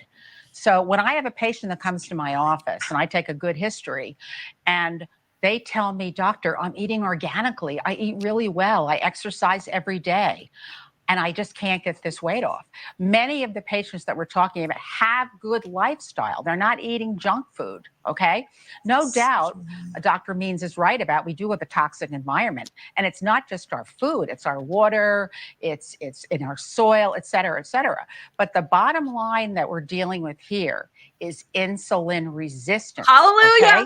Now, that is the result of perhaps poor diet, often genetics, hormonal changes, perimenopause, menopause, low testosterone, stress, and genetic factors as well. So what I have to deal with is fix the insulin resistance. If these people could do it at the gym and they could do it with a good keto diet or something like that, they wouldn't be seeing me. Well, but Jillian's point was all this drug does is it reduces effectively appetite, right? And her point is you can reduce your intake of food in other ways, is the argument she made to me. So that is only one of the mechanisms of action. Hang on. Yep. Good. Okay, that's only one of the mechanisms of action. What we do in my practice is that we follow each patient carefully with a body composition scale. And if this therapy is effective, and under my guidance it is, what we see is a reduction in body fat. So if you're just looking at somebody's weight, Dan, and you're not looking at their body fat percentage, you have no idea what's going on. So the key to long-term weight loss and getting people off this drug is making sure that the body fat percentage decreases. And that often doesn't happen if physician is not able to follow somebody with a body composition scale. Dr. Kaplan, I'm going to bring you in a second. I want to give Jillian an opportunity to respond. Go ahead, Jillian. Yeah. Okay. Number one, the carbohydrate insulin model of obesity has been debunked. And I highly recommend everybody go check out the work of Dr. Lane Norton or Dr. Joey Munoz, who have their PhD in nutrition science. To deny that it's calories in, calories out denies physics. But even if we played your little game about insulin, which I'm more than happy to do you know the best way to resensitize the body to insulin is exercise and not eating ultra-processed carbs? And guess what else? If you look historically at people who've lost weight without these drugs that had advanced type 2 diabetes and were on things like metformin, why isn't metformin then a weight loss phenomena? Because it doesn't stop you from overeating. And I've helped people lose hundreds of pounds for 3 decades without GLP-1 drugs. So well, mind your business. Your position does not hold up. Hang on, go ahead. And then I got to get Dr. Kaplan in. Yeah, go ahead. Quickly. So if you're extremely insulin resistant, Jillian, and you should know this, okay, insulin does not deliver sugar to the tissues, so somebody can't get a good workout. That could lower their metabolism. They're going to feel really, really tired. Their blood sugar levels are going to fluctuate, and they're going to become very hungry. Some people cannot do it with diet and exercise, and you're not going to know that unless you're a weight loss physician. Dr. Kaplan, go ahead. I'm sorry. So you're coming back, I got to let Dr. Kaplan in. Again, Dr. Kaplan, go ahead. Thanks so much. Thank you so much. Yeah, these are the biggest things since penicillin, and just all the things that you mentioned at the beginning of the segment, that it's the reversing chronic kidney disease, fatty liver, maybe slowing the progression of Parkinson's, reducing the incidence of 13 different obesity-related cancers. So in fact, it may actually be better than penicillin because penicillin only introduced antibiotics to fight infection. These really are amazing medications. And I get Jillian's reticence because it's affecting her livelihood and probably the other people who are on the call. But the truth is, oh my God, this is good. And both things. Okay, actually, aren't you the one who profits off of it? I think you're the one who does. I could sell this easily on Jillian, I promise I'll give you a chance to respond. Hang on, Yes. guys. We got to do one at a time, or I'm going to have to start killing mics. A final thought, Dr. Kaplan, then I'm going to let Jillian respond. Certainly, diet and exercise are absolutely part of this whole situation, but also these medications. So I think these personal trainers should embrace it. If you can't beat them, join them. And you should explain to patients, don't be fear-mongering that, you shouldn't use these medications. But no, you should combine diet and exercise with these medications. All right, Jillian, certainly. you get to decide whether you or Callie respond because you both want to respond. Number one, it doesn't reverse. It does not reverse chronic kidney disease. It slows progression. But do you know what does reverse or prevent chronic kidney disease? Exercise by 33%. And I sent those studies over to Dan's team this morning. That said, if I wanted to sell the drug, I could. I have a weight loss app. I have an entire business. It's telehealth medicine. It'd be the easiest thing in the world, just like Weight Watchers does, just like Noom does. I chose not to because I have integrity, unlike you and Dr. Sakotis, who make you wrong this way. Sorry. Poor decision. Okay, well, you know what? I'm happy to be on the right side of history. Hang on. Isn't it possible? Wait, hang on. Everyone, hang on a second. Isn't it possible? Wait, guys. Can we stop mics for a second? Okay, guys, we have to go one at a time. I'm sorry. But isn't it possible, and I'm going to let Callie respond because he's been wanting to get in here. But isn't it possible that neither of you are acting in bad faith? I mean, isn't it possible that the doctors who are doing this have seen the studies, they're convinced that it's working, and isn't it possible that, Jillian, your position, and it sounds like maybe this isn't Callie's position, but your position is that we ought to be focusing on exercise first, we ought to be focusing on diet first, we ought to, and I think everyone kind of agrees that that's the initial place to start. The question becomes, if the doctors believe that that isn't working, and it doesn't work for a lot of people, why shouldn't this drug be the next choice? Callie, go ahead. Yeah. I think this is very important. Let's not get into motivations. Let's just look at the economic facts. For the medical profession, for the obesity medicine profession, there's nothing more powerful than an obese, sick child. A child that learns to exercise and learns to eat is not going to the doctor's office, is not getting a lifetime prescription, is not getting lifetime doctor's appointments. And to correct one of the things the doctor said, this is on the box a lifetime drug. This is the instruction. She's actually going against medical advice to say that people should be getting off this drug. That's not the situation. This is a gold mine. This is a gold mine for the medical industry because it's a lifetime recurring annuity. And let's just look at the facts. The Novo Nordisk is one of the top funders of the American Academy of Diabetes, the American Academy of Pediatrics. Okay. They have funded the research. They have paid Dr. Fatima Cody Stanford. Let me ask you about that, Callie, because you focus on the funding of research a lot, right? Isn't just about every drug that's tested funded in some way, shape, or form by Big Pharma? I mean, everything from antibiotics to every single drug starts with Big Pharma studies, and then they're reviewed by third parties and by doctors. I mean, I think that argument seems like a little bit of a false argument. Oh, the study was done by Big Pharma. Just about every study of drugs starts with Big Pharma. No, Callie? Well, a couple, let's just unpack there, Dan. One is I would ask whether chronic disease pharmaceutical treatments have been effective, whether statins have lowered heart disease, whether metformin has lowered diabetes, whether SSRIs have lowered depression, and why JP Morgan, when they estimate the next 10 years of Ozempic, they assume obesity is actually going to increase as more Ozempic is prescribed. I'd ask you whether it's appropriate that Novo Nordisk has paid consulting fees, maybe to the doctors on the show, 420,000 individual consulting fees, not research grants, consulting fees. Dr. Kaplan, go ahead. I'm not getting paid by Big Pharma. I just want to make that clear. We're offering the compounded versions of these medications from FDA registered manufacturers and compounding pharmacies that have licenses in the states where we send the medications. The name brand drug is just too expensive. It's too hard to get, and only about 23% of insurance plans cover it. So we've had a lot of great success with the compounded versions. And the fact is that by law, when there is a shortage, the FDA allows compounding pharmacies to make a duplicate. So by law, it's got to be a duplicate. We're not producing some quasi knockoff. The things you hear in the news about, these are research grade meds. That's a separate thing that you can get those without a prescription. Those are not meant for human use, but our entire supply chain is legit. But most importantly, I'm not getting paid by Big Pharma because I'm not using their medications. Right. Thanks for watching. Go to joinnn.com to find News Nation on your screen. And don't forget. Jeez. All right. Stop sharing. What you guys think?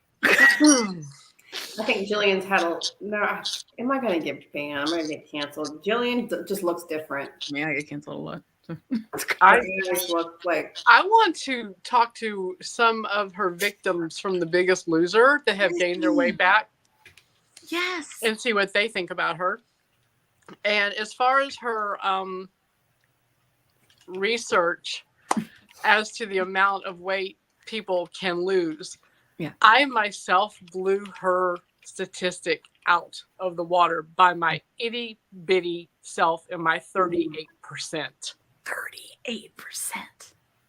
Yes. That's so cool. So I think she needs to stop playing the victim here over losing her own pocketbook and everyone realizing that what she sold as weight loss supplements ended up getting her taken to court.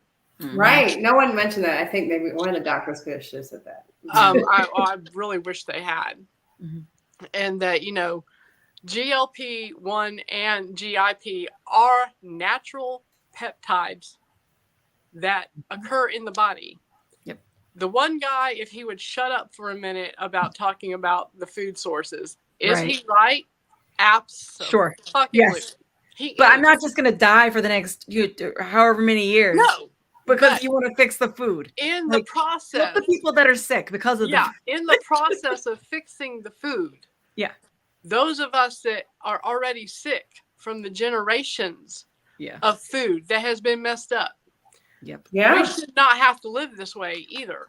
No. Start fixing the food now so the next generations coming in may have the natural GLP-1, may have the natural GIP. The peptides can have a chance to recover in the human race because right now they're not there and we have proven it. It's not there. It's missing. Our bodies are not metabolizing like we should be. Yeah. And if we would stop listening to people argue about stuff that's affecting their pocketbook, because all he was arguing about is the cost, okay? Yeah, the cost. Let's go ahead and break down the cost of obesity on patients. Let's break down the cost of diabetes on patients. Right. Let's break down the cost of obesity, diabetes, blood pressure that leads to dialysis. Yep. And that $1,600 a month is going to be eaten up real quick. Yeah. Oh yeah, I guarantee you, my medication that I've been on since I was 25, maybe. At least, yeah, my blood pressure medicine, the gyms that I've joined, I guarantee you, if I added all that up and broke that down monthly, I have spent way more than the cost of these medications. Oh yeah, for sure. And another thing, they talk about the foods and the natural peptides and stuff being gone out of the body. I have obesity. I grew up in the country. I eat a lot of fresh from the farm food. That was the majority of what I ate. I still ended up overweight. My grandmother was still obese towards the end of her life. I had cousins that were obese, and that's what we lived on was fresh food, not stuff bought at the store, not stuff out of the box, but fresh. Genetic plays a huge role in this. Yeah, like that's what the doctors are telling us, is that 70% of your weight is out of your control. Like it is. Yeah. And the $1,600 he's talking about is what insurance allows per patient to be spent a month per disease. Yeah. Jeez. And that happens to be what I know a whole lot about because it's part of my job. Yeah. So I've got the tea on that. Oh, tell us the tea then. The tea on that is insurance allows so much money a year to be spent on a patient per coded diagnosed disease. My God. Wow. And if you take this patient and keep them healthy as a primary care physician, and they don't go in the hospital and spend over the amount that is allotted, your doctor will actually get some of that money back from the insurance. Medicare being one of those. Interesting. So it's in your best interest to keep your patients healthy. Exactly. Why you want a patient to not readmit into a hospital with the same disease within 30 days, because if that happens, Medicare and all the top insurances will not pay the hospital their full amount for a rebound, because they'll say, well, you didn't do it right the first time. We're not going to pay you all that you have coming. Wow. They set the line on the medications and how much it can be paid per patient. So that when he was saying $1,600, that was exactly what he was talking about, because that's what insurance is giving people to spend a month on a patient with chronic obesity as a coded disease. But when you start looking into medications for high blood pressure, diabetes, diabetes, them ending up in the hospital, kidney disease from it, dialysis, strokes, all these things, you're getting into more than that medication is going to cost. Yeah. And that's where we need to be loud and proactive, that this is more than just saving money on a medication. This is saving lives and saving money for long hospitalizations, cancer treatments, dialysis, and other disease that are going to come up from this. Yeah. Yeah. Absolutely. And I think like it kills me too when she was like, I could do it. I could make millions and blah, blah from my weight loss stuff. Then you'd have to admit it. Then you'd have to admit that everything you did, your entire career was wrong. You'd have to be like, I'm sorry. I don't see her as that type of person. And Pamela, I see your thing in the chat, and you're absolutely right. Because I can promise you that before I'd lost any weight, before that scale ever moved, I felt better. The inflammation had gone down. I didn't have the amount of pain. And that's before I saw any weight loss anywhere. Yeah. So her whole thing that all these are side effects of weight loss, no, they're not. No. No, the weight loss is a side effect of treating the disease. Absolutely. Because the weight is the symptom. That's what the doctors have told us to show. Yes. The weight And, is the symptom of the disease. This has nothing to do with And she's just like, the appetite insulin suppressant. resistance, blah, blah. I'm like, lady. Which is why half of her, I'd say half, if not more, of her clientele gains all their weight back. Yes. Yeah. Yeah. I mean, I mean, like there was an article looks that at came her out if they about see the an time when she expert at started anything dancing. other than running her mouth. I have no idea. I just don't like. Look. Here's the thing. He makes two good points. The guy in the beginning, right? The interviewer. I don't know. Mm-hmm. So he says in the beginning, "Isn't it possible, right, that both things are true?" And then at the end, he wraps it up and says, "And isn't it possible that maybe everybody's coming here with good intent and saying that there's two problems we need to solve?" Everybody but her. Yeah, everybody but her. Yeah, but I mean that's the thing. Like, but I will tell you, like, even the food guy, he doesn't seem to have. I mean, I don't know any people from Adam, but the food guy that was always talking about it seems very political. Like it's like when you hear the debates, like my husband makes a good point about debates. He's like, a lot of times politicians, they don't answer questions, right? You ask them a question and they just talk around it. They never actually answer it, right? And so kind of the way that guy was talking was very political. Like that was what I kept hearing in my head. And that's because the question went against his agenda. And his agenda is to point out that $1,600 a month. Yeah. And the fact is, like, yes, I 100% agree with him, like we said, on fixing the food supply. Yeah. But those of us that already have been affected. Yes, we want a life too. By the poor soil. Throw us out. I mean, it's not even. Are we just the bad pancakes, Cynthia? it's not even just food bought in the store. It's the fact that everything that is in our soil has been depleted now.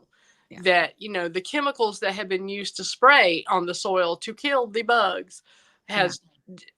We are several generations now into a messed up metabolic system 100%. Because of what's happened to the soil.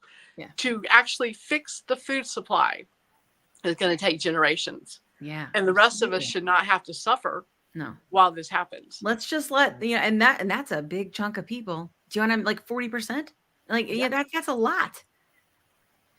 I will tell you, it is difficult for me too when people who live in small bodies laugh when other doctors are talking. Like that really irked me. Like, and like that bothered me. This is the first time that I ingest this stuff quite a bit, that I've heard anybody on a platform, actually a doctor, say anything about insulin resistance.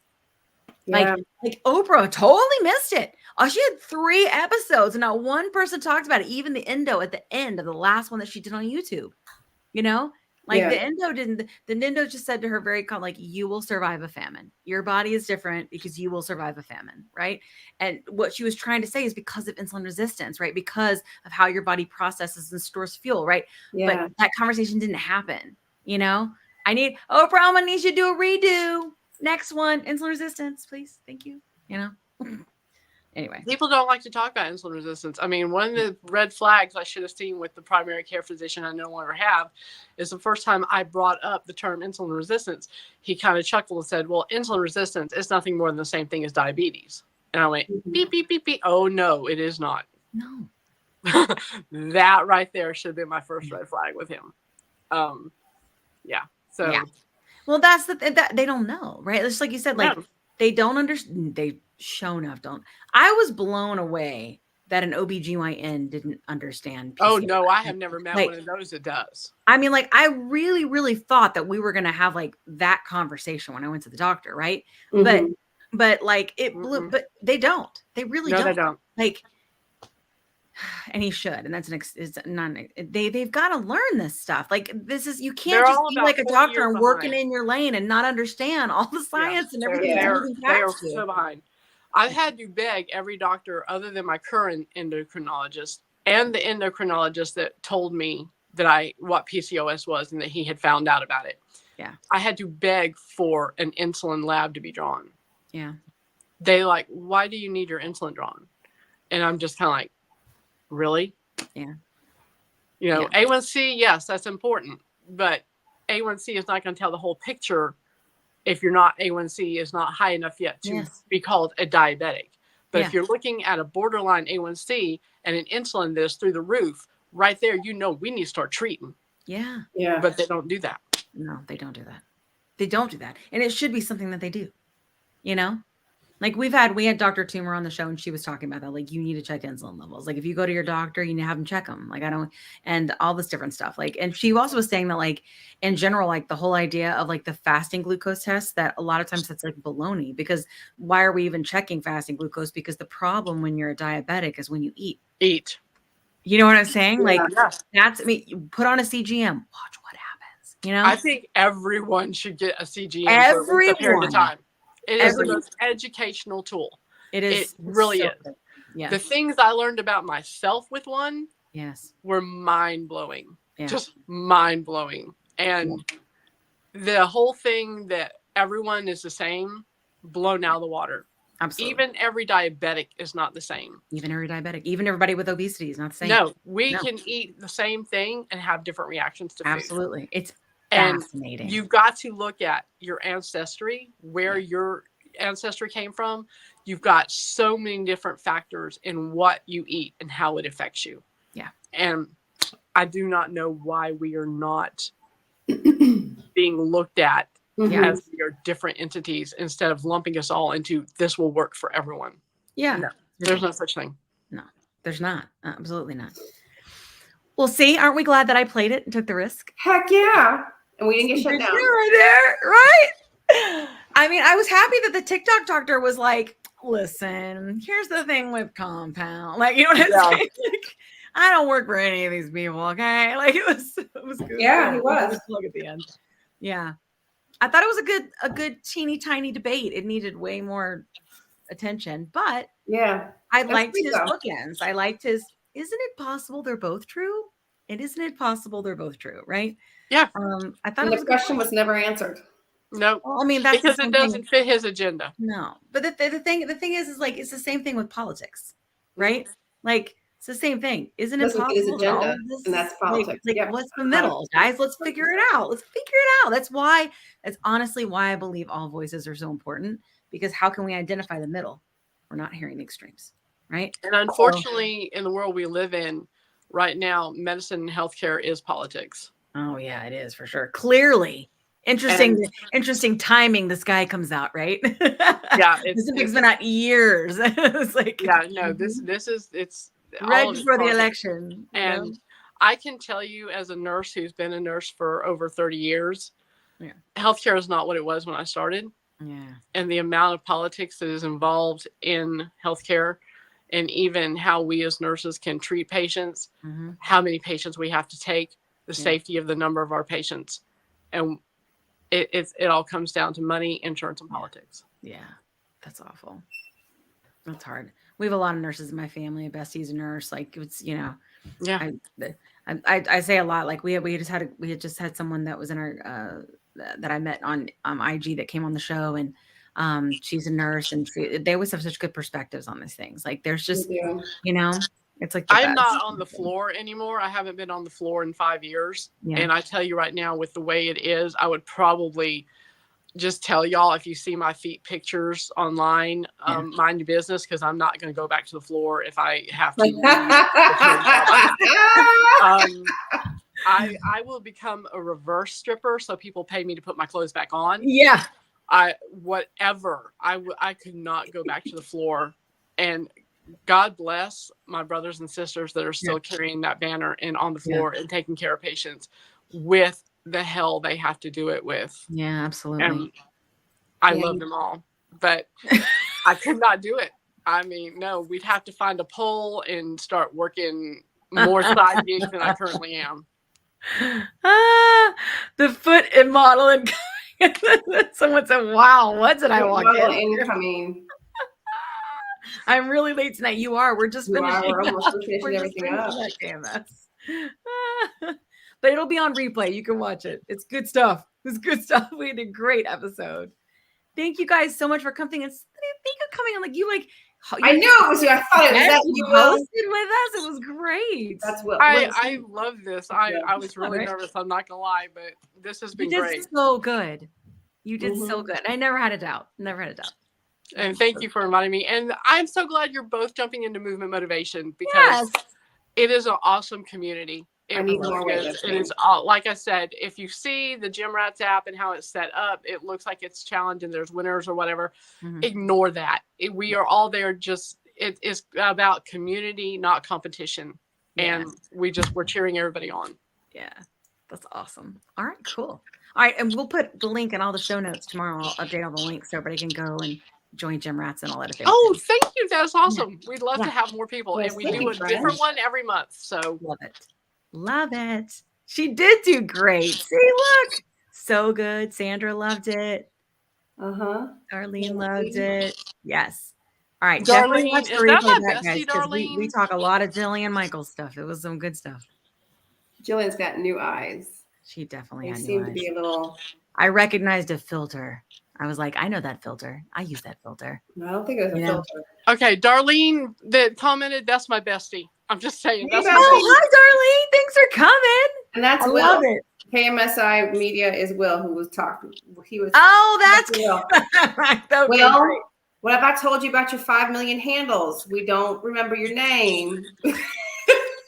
This is true. I get it. I will. I have a bunch of. I understand. All right, let's do our consistency. Will consistency. And one username, sir. Oh my gosh! All right, bean footage. Let's do the things, and we'll do show outro. We'll see you guys in 20 seconds a week to lose 20% of your weight in a year with diet and exercise. That's the power of GLP-1s through Ro. Ro helps find the medication that's right for you, based on cost, availability, and your weight loss goals. Losing weight with GLP-1s is possible through Ro. Are you interested in understanding GLP-1 medications like Ozempic, Wegovy, or Mounjaro? Then join us on the Plus SideZ Cracking the Obesity Code, the groundbreaking podcast helping people change their lives one episode at a time. The Plus SideZ podcast is a disruptor. We're breaking down barriers, smashing stereotypes, and sharing inspiring stories that'll leave you feeling informed and empowered. Join us every week to learn from doctors who are specialists around GLP-1 medications like Ozempic, Wegovy, and Mounjaro.